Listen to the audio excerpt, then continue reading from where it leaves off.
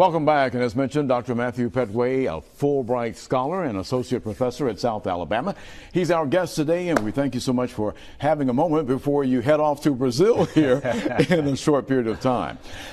Let's go back and start because the last name, Petway, is a name familiar to a lot of folk in the area. That's right. What are your connections to any roots here in the Mobile area? Because in your bio, you say Detroit, Michigan as your home.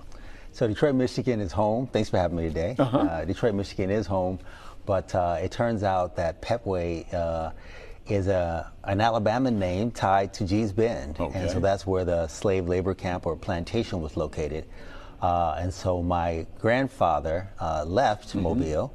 My father was born here in Mobile, but my grandfather had to leave because he had an altercation with a white man. And that was a time in the history of Alabama where such a challenge, to white male power Was that still during Jim Crow days? During the Jim Crow era, was not allowed. And so my grandmother told him, you got to get out of town.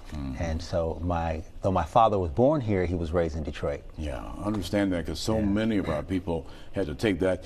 Being from Georgia, we always say that midnight train from Georgia. You got to head to the north as quick as you can. That's right. So we have the local connection, but your talent and your information research and the educational background is a worldwide thing now because we had a chance to see some of your tapes and recordings of you in action in Japan and Morocco, and it's all about history though.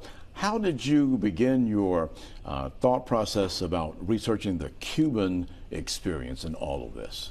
I think my relationship to Cuba is largely derived from the fact that Cuba is a place where, for the wars of independence, black men were the overwhelming majority of the fighters, called the Mambises. And I'm talking about the war that was fought for over a 30-year period, from 1868 to 1898. Okay, so following our Civil War. Yeah, following our Civil War. Was that what they had with